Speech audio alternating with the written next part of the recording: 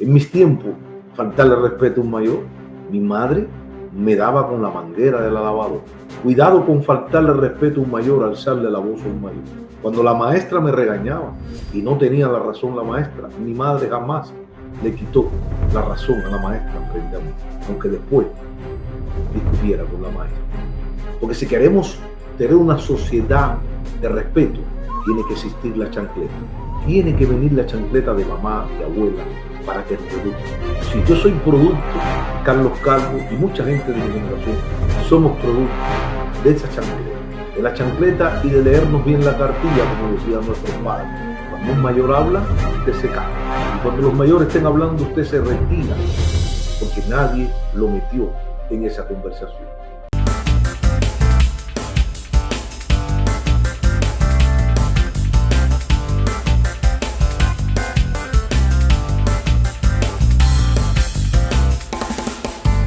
Si las dos potencias crearon la comunicación directa entre ellas dos y en el medio durante todos estos años hubo conflictos en diferentes continentes después de los sucesos del 62 de los misiles en Cuba.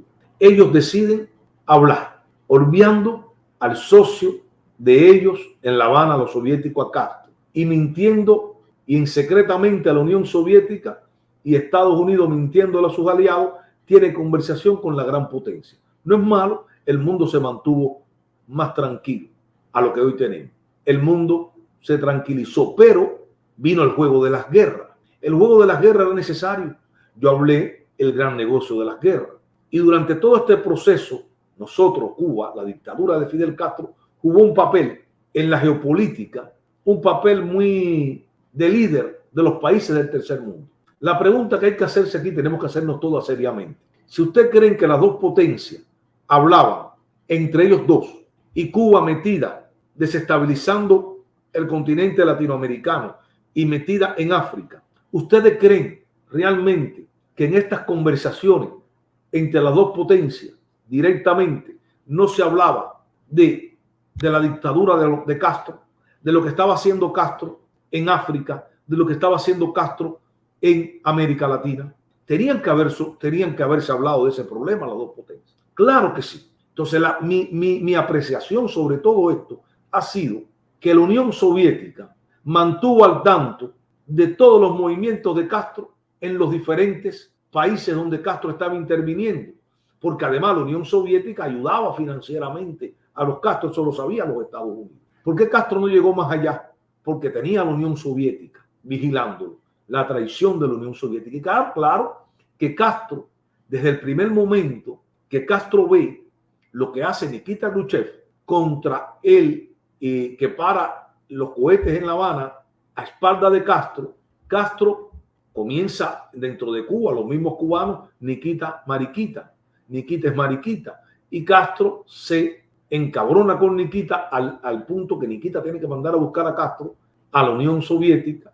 Se mete Castro varios días por la Unión Soviética, se va a casar con Nikita Khrushchev y en la casa de Pato, allí en la Unión Soviética, Castro por poquito mata a Nikita Khrushchev con su fusil. Todo se relajó, pero Castro, eso está en la historia, Castro por poco mata al líder soviético. Las tensiones estaban dadas. A partir de ahí, mi opinión, en los sucesos que he visto que ha pasado en Cuba durante 64 años, ¿qué ha pasado? Castro toma una decisión después de la traición soviética. Él se da cuenta. ¿Y qué hace Castro? Castro no rompe con Europa Occidental. En ningún momento Castro rompe con los países de Europa Occidental, porque Castro tenía que tener relaciones con Occidente, las mejores relaciones diplomáticas, porque él sabía que él no podía contar en todo con la Unión Soviética, a pesar de que él iba a utilizar a la Unión Soviética, por la posición geográfica de Cuba. Iba a convertir a Cuba en un satélite de los soviéticos y en una base militar de los soviéticos. Esto fue atractivo para Nikita Khrushchev.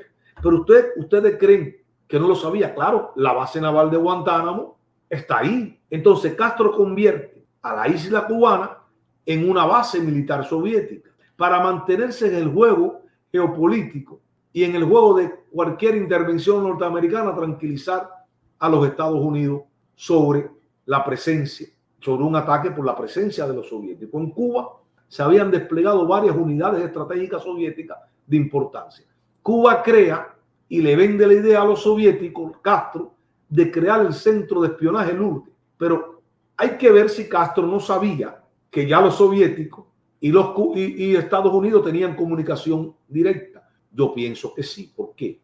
El agente que atendió a Raúl Castro desde las Juventudes Comunistas, el enviado a América para atender a los Castro por la KGB soviética, este hombre hizo mucha amistad con los Castro, un hombre que tenía los secretos de la Unión Soviética. Yo no sé si este hombre, por la amistad con los Castro, le dice a los Castro que había una línea directa entre Moscú y Washington. Y Castro tiene que actuar, y Castro actúa entonces con Occidente sin romper relaciones con Occidente, con la parte de Europa Occidental. Los países de América Latina, estaba la época de los golpes de Estado, de los regímenes militares apoyados por los Estados Unidos, y Castro no tenía relaciones con ninguna de estas dictaduras, únicamente con la dictadura de Argentina. Siempre hubo una especie de traiciones entre las potencias y Castro jugaba ese papel.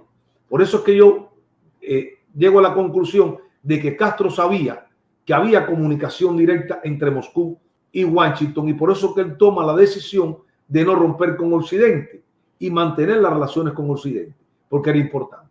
Pero en esta Guerra Fría, era la guerra del espionaje, es cuando más se empieza a desarrollar las partes de inteligencia de todos los países.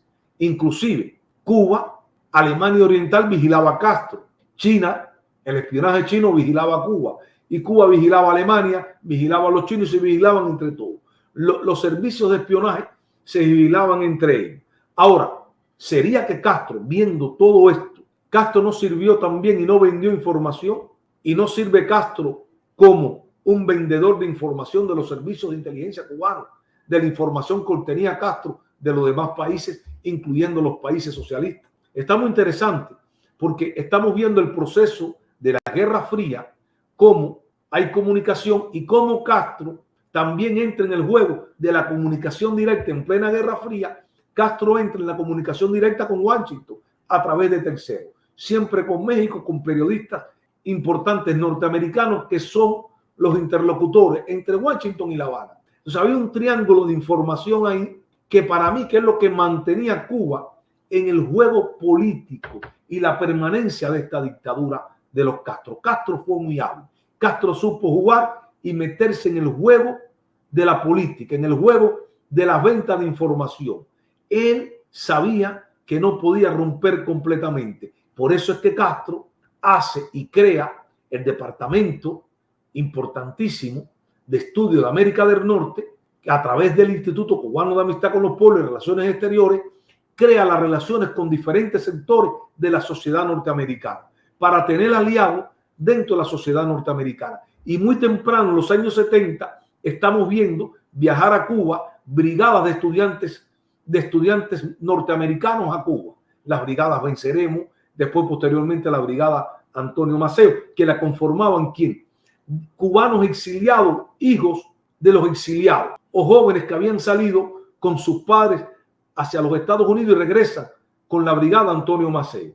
Empiezan un intercambio de jóvenes norteamericanos a recibir ¿qué? Adoctrinamiento de Cuba, permitido por el Departamento de Estado. Sí, porque tal vez los presidentes norteamericanos, algunos presidentes norteamericanos, escuchando aquí, hemos tenido a León y hemos tenido personalidades que hemos visto y escuchado a nivel en espacios por ahí, y discutimos con León el Cuarto Piso, cómo los presidentes norteamericanos, la mayoría, se dejó asesorar por el Cuarto Piso. ¿Qué es el Cuarto Piso de la Secretaría de Estado? Cuarto Piso que estaba ¿qué? Minado por socialistas, personas socialistas, que son los que permiten el enlace y la visita en plena Guerra Fría. Ahora nos asombramos con Carlos Lazo. Nosotros los cubanos, fíjense, porque no teníamos la información, la gran mayoría, los cubanos que están fuera de Cuba, los que están por las redes sociales, muchos no habían nacido y otros estaban muy pequeños, pero había que acordarnos que hoy lo que nosotros nos asombra con Lazo y acusamos a Lazo y queremos acusar a Lazo, ya esto se vino haciendo a muy temprano. en los años 70, porque la historia ha sido repetitiva. No ha existido nada nuevo entre las relaciones de Estados Unidos y Cuba y las relaciones de las potencias mundiales. Y como está el mundo hoy, no es nuevo lo que está pasando hoy. Hoy estamos en el regreso de la Guerra Fría, de esa Guerra Fría de los años 70 a los años 80, con lo que está pasando con la guerra de Ucrania, la posición de China y los Estados Unidos en el mundo, cómo está América Latina, cómo está África. Si tú cierras los ojos y todos cerramos los ojos y nos miramos los años 70, estamos viendo, y en el Medio Oriente estamos viendo cómo se repite la historia y que la historia es repetitiva por los acontecimientos que hoy estamos viendo en el mundo todos nosotros.